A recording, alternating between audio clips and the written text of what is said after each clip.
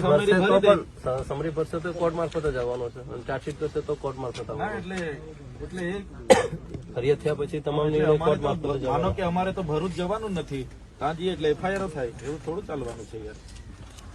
એટલા માટે અમે કહીએ છીએ શાંતિથી રહો, અમે બી શાંતિથી તમે સૌ કોઓપરેટ કરીએ છીએ. એમાં કઈ તમારે ને અમારે બોલીને કઈ એનો કોઈ નિરાકરણ આવવાનો નથી. નહીં તો બરોબર. તમારી એક વિનંતી છે હવે કે હવે ઘરે કરવા જે તમે પૂછી લો, એફઆઈઆર હમણાં નથી ત્યાં, આઈઓ પણ હાજર રદ કરતા હોય તો હમણાં અમે જતા રહીએ. આઈઓ અમે તો કોઈ વાંધો, અમે તો હમણાં મયતોમાં ને બધા અમારા પ્રસંગો ગોઠવાયેલા જ છે. ના બરોબર છે. હા, તમે આટલી બધી મને જીબાજોડી કરો છો, બરાબર. જે પીઆઈ અને જે પીએસઆઈ મારા પર ખોટી ફરિયાદ કરી છે, મારા સમેત અમારા 13 આગેવાનો પર અને રાજપાડીમાં તો 70 લોકો પર. હવે 70 લોકોને મેં કોર્ટમાં તારીખોમાં કઈ રીતના લઈ જવા? એટલા લોકોને મારે કોર્ટમાં લઈને ફરિયાદ કરવાની સાથે કોર્ટ નહીં બોલાવે.